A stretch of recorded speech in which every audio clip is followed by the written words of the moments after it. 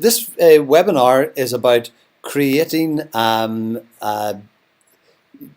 the culture for an organization that is going to allow it to thrive through digital transformation. For this to work, I've been through here before, we have to agree on the same thing, is that strategy is what creates a transformed organization. People and a culture of innovation sustains it, and technology and communications is the means by which it's delivered. We just have to keep in mind that digital transformation is not fundamentally about changing our technology. It's really about strategy, about leadership, and about new ways of thinking.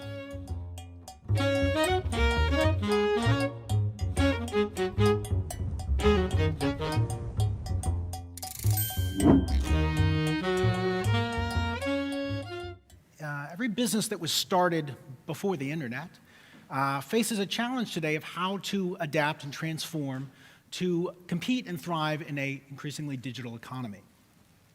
And this is really a very different challenge for these existing businesses than for what is the needs of a startup. But what I increasingly found the more I looked at businesses was that digital transformation is really not about technology. It's actually much more about changing, not upgrading your IT, so to speak, but upgrading your strategic thinking. I want to reiterate what's going on here. We believe that it is strategy that is linked so tightly with culture that it's almost impossible to separate them. And so if we are to create a business, that is going to be able to thrive, we will find that the culture must be right in our organization if the strategy is to work. But most organizations don't spend any time trying to improve their culture. So what are we to do in that circumstance? Well, actually, we have to take a positive leadership role. We know that technology is not what digital transformation is about. We know that it is competitive advantage and our gains are constructed at the strategic element, end of the scale. And we know that if we don't have the right culture, that the transformation will never be embedded. It will be rejected at every point. What happens is that when we're in an organization and we talk about transformation or change, people in the boardroom go, yay, let's change. Just not me. That change, that's you. You got to do the change. And in reality, human nature starts to kick in. And people, when they leave their meeting rooms, ask themselves, well, how will that affect my life? How will that affect my family? How will that affect my career? How will that affect the team in which I work with? The reality is that inside the strategic planning part of our transformation program, we have to be very aware of the hierarchy of needs of the individuals. Now, what do we mean by the hierarchy of needs of the individuals? Well, what we're seeing here is that at the very bottom end, we have this idea, this concept that we are going to have a name, an entity. We have to be able to give a name to the project that we're going to be working with. It can't be something nebulous that is just non-existent. And then we have to explain how it links with the vision and values of the organization. The little grey level as we go up the triangle is personal purpose. If I don't know what it's going to mean to me, then I'm highly likely that I'm going to reject it. So the challenge that we have with transformation is that it's about change. The problem with change is it has many unknowns. The problem with culture is that culture doesn't like unknowns unless the leadership spend time bringing comfort to the people that are going to be involved in the transformation. And this is right down to the bottom again. The name, the entity, the motif, the creation of a concept, the fact that it is no risk to the individual to partake, explain to them why they're part of the vision values, their personal purpose, then tell them how they're going to be measured, the outcomes that we want to achieve and how the outcomes should be measured. We then have to give them the appropriate capacity to make change. In almost every organization that I work with, capacity is the greatest limiting factor to creating a program of transformation.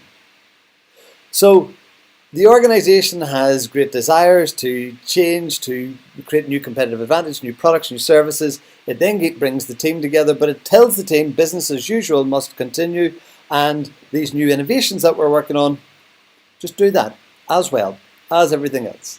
And that doesn't work. So we need to make sure that we give the appropriate space to those that will be involved in the transformation project.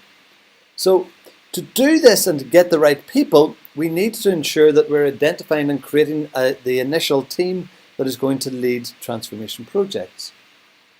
I like to look at it like this. There are people who have an intellectual connection with what's going on and those that have an emotional connection. In the top right-hand corner, there are ambassadors. Ambassadors are people who both intellectually get what we're trying to achieve and are emotionally on board.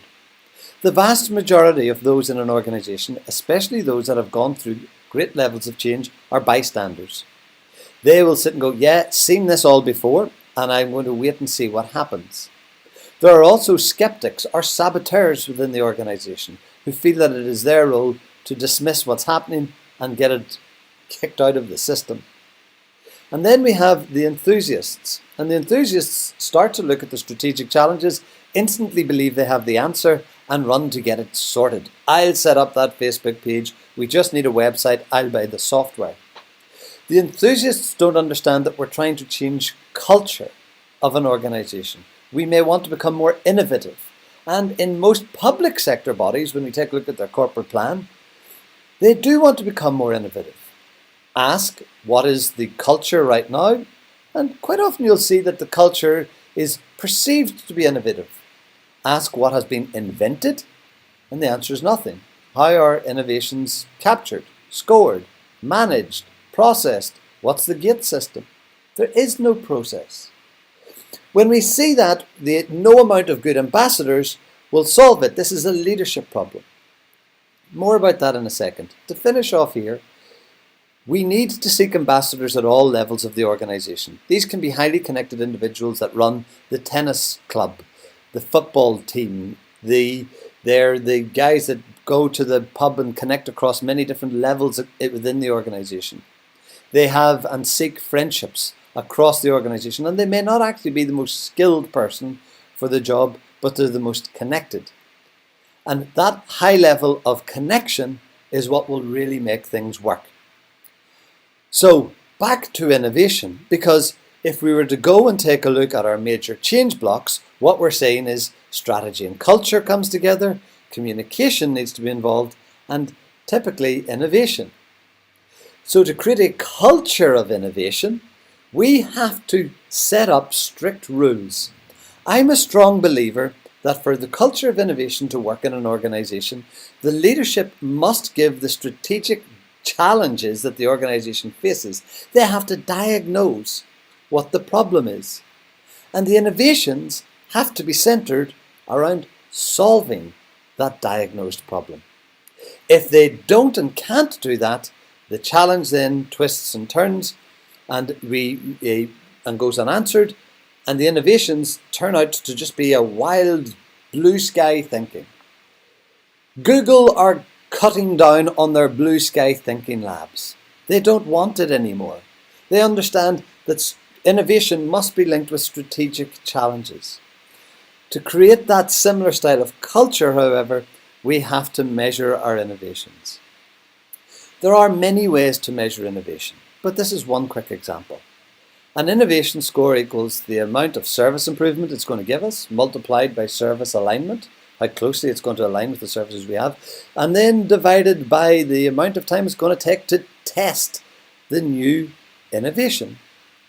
Why this works so well is because when we're working with larger teams, if they understand the parameters of the game, they'll game the numbers.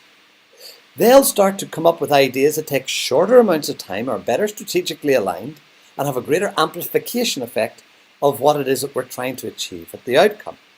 The worst kind of innovation is giving no description of what innovation is, mixing up creativity, a good idea, with a good innovation.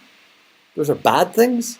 And the best kind that we can get is stuff that is strategically aligned, is measured, and people understand what they're doing. So if Mary puts her ideas in an ideas box on the way out on Friday, and Joe gets the bottle of champagne because his idea was deemed to be better for no particular reason, Mary will never contribute to innovation again. Tell Mary why she didn't get the the bottle of champagne was because her innovation scored too highly on the amount of time it was going to take to test. And Mary will come back with a better augmented version for the next time. Folks, I think we've covered our 10 minutes, our small technical hitch as usual. Forgive me for that.